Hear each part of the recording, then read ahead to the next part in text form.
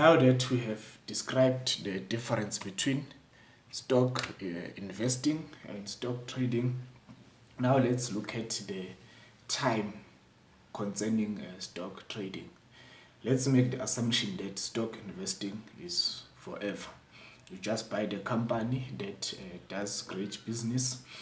You buy and forget those shares. You just wait for dividends, or at least you're going to sell once the company proves that it's no longer performing the way you would like it to perform, right? So investing has the long time frame. Don't listen to people who say that investing it's a 3 to 5 year or 10 years game. No, there's no such things. There are some companies that have existed for over 100 years. There are some companies that couldn't last 10 years, at least in terms of listing.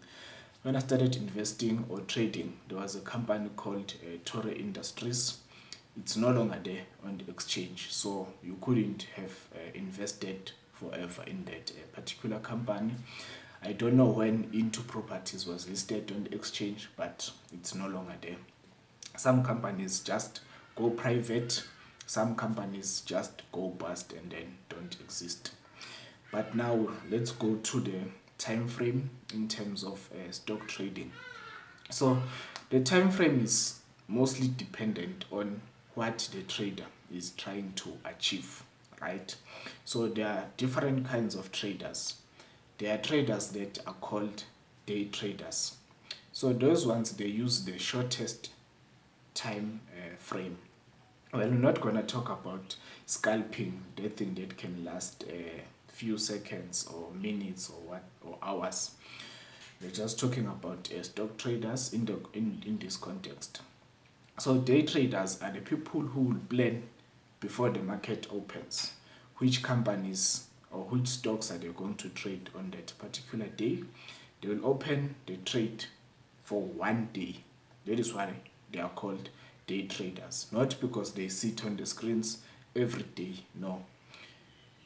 They are going to trade one day. They're going to open, let's assume they open the trade at 9 a.m. or 9:15 when the exchange open.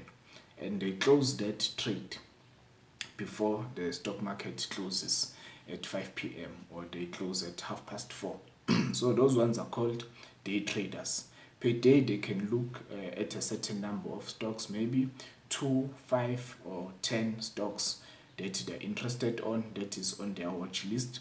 And if the stock meets their buy criteria, they will buy that particular stock and then sell it before the close of business day. So basically it means that overnight they are not holding any position, right? So those traders are called day traders because they don't have overnight position. Don't confuse day traders with someone who's sitting on the chart every day not trading. I mean, you can just sit, either you watch TV or you watch the charts or the market, whatever you are watching, but you are not doing anything. You are not a day trader. But if you buy a company in the morning and sell it in the afternoon before the close of the day, then you are a day trader.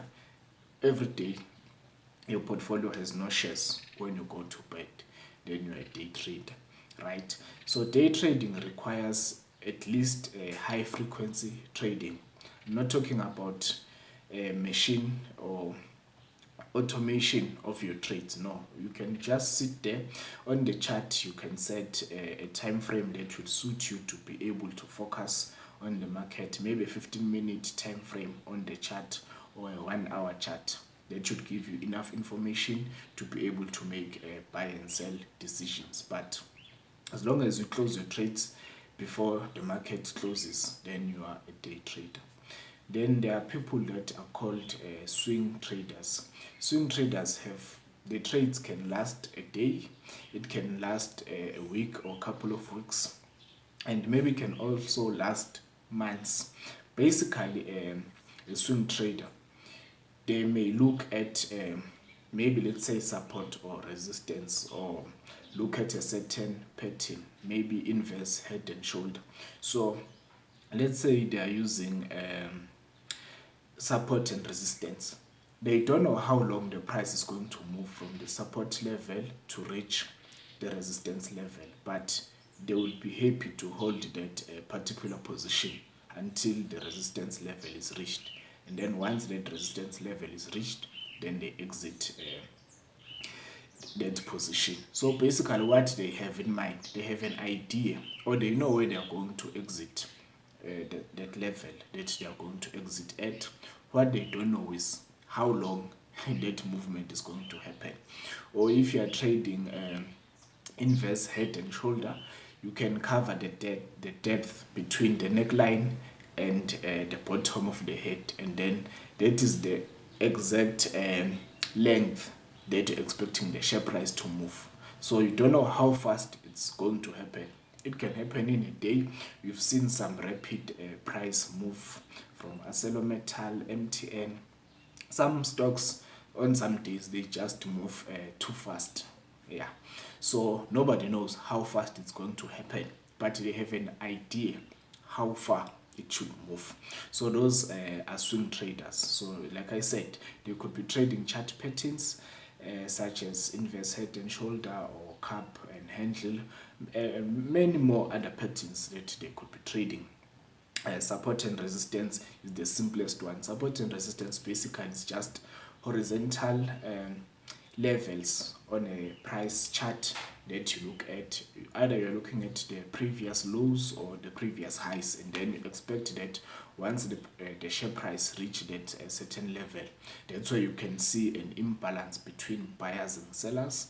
If there are more buyers, they can push the price high. If there are more sellers, they can push the price low. So that would be swing trading. Then lastly, there is position trading. So position trading is what I do personally. Even there with positions trading, the trade can last a day, or it can last weeks, months, or even years. So basically there are some sectors that are cyclical. Either the property sector is doing well in this year, or the financial sector, or the resources sector. So you want to buy companies within a particular sector. Let's say, for example, you are bullish on the financials. Then you look at the companies that are in financials. There you will find banks, you'll find companies that are insurance. There are some real estate companies that fall under the financials. For example, Growth Point is there. If you look at the constituents of the Satrix which is the financials index tracking ETF, you'll find that there is a Satrix there is Growth Point in there. So if you are bullish on the financial sector, then you want to look at a share price that's showing characteristics of a stock that is in a strong uptrend. Then you buy. Let's say, for example, you buy Nedbank. So you want to hold Nedbank for as long as the financial sector is in the bull market. If the resources is no longer in the bull market, you then exit your resource stocks. Then you go to look for other sectors that are booming. So that is what I would describe as position sizing. Those trades can last as short as a day, or they can be as long as years. I have companies that I've been holding for over 2 years now, but I still don't treat those companies as investment. I don't care what they do. I don't care what the management does. Yes, it's nice to see an increase in earnings, to receive some dividends, and to see that the dividends are increasing. But that's not the reason why I'm there. I'm there because I'm bullish on that particular sector, and within that sector, a certain company performs well compared to the peers in that particular sector. So that would be position sizing. So for a stock trader, you know when you are going to exit. It's not based on whether the company still exists or does not exist. Once the share price stop performing the way you want it to perform, you then want to exit. So yeah, I think now you have an idea what differentiates, or the differences between these kinds of traders. A day trader, somebody who does not have overnight position, or swing trader, somebody who will have a specified target typically the price movement is not that wide, so that is why they just take a swing from here to there, from support to resistance, or from resistance to support. Or if the stock has been trading or moving in a range, then if there is a breakout, either a breakout at the resistance level or a breakdown at the support level, then they know the length or the width of that range. Then they can estimate that the share price, because it was trading between that rand range, then the movement either on the upside or the downside is going to be almost equivalent to that rands. Then they will take that swing. So that is sort of mid-term, not necessarily short, not long, maybe a mid-term trading. Then there is position sizing. The trades, if you're not getting stopped on the first day, that position you can hold it for as long as you can. I mean, Capitec has been on an uptrend since March 2020. So there was no reason for me to exit the Capitec position. No, I'm not a Capitec investor. It doesn't matter. If tomorrow there's another bank that performs better than Capitec, that gives me a reasonable entry, like a reasonable risk to reward, I'll probably sell Capitec and buy that particular bank. But so far, I'm happy with the Capitec position. I don't talk about Capitec that it's this bank, it does this, blah, blah, blah, blah. No, that is irrelevant to me. It's the share price. Like I said, the difference between a stock trader and a stock investor. A stock trader looks at the share price. A stock investor looks at the business. I don't care about the business. I don't care what they do. Literally, you can show me a chart of anything.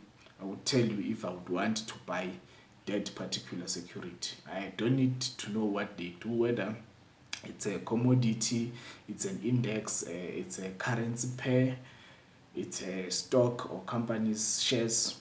It doesn't matter. But that is possible because I'm using technical analysis. Maybe if I were using a fundamental analysis, there are some things that I would want to know. So now I hope this helps, and then you as a person, you can decide on your own what kind of a trader you'd want to become. Do you want to be a day trader? Well, day trader, to me, it looks like a full-time job. So if you have if you have time to do it full time, it's something that you can look into. But if you are employed, you have something that keeps you busy during the trading hours, then day trading is not for you. But if you're employed as a trader, because there are professional traders, people that are employed by trading houses, whether it's banks or it's companies, however they're employed, it's their job, then they can day trade for a living. If you can hope in the market, see an opportunity, buy something because you're anticipating that it will reach a certain level. I do take some swing trades, but most of my trades are position trading because I use trend following. If you don't know what is trend following, just check in the description below. We have the trend following ebook there. You will buy it on Gumroad. It's selling for $9.99. You can buy it as an individual. We also have another book, the Dividend Manifesto, how we select companies. As much as we are stock traders, we also do buy companies that will pay us dividends. So if you want to see which companies to buy that pay dividends, like high probability companies that pay dividends, you will find the book there, the Dividend Manifesto. It's selling for $5.99, and you can buy a combo of these books. If you just go to Gumroad, you have a lot of products that are listed there. So for now, let's wrap it up there, the difference between the kinds of traders: day traders, swing traders, and position traders. Sharp.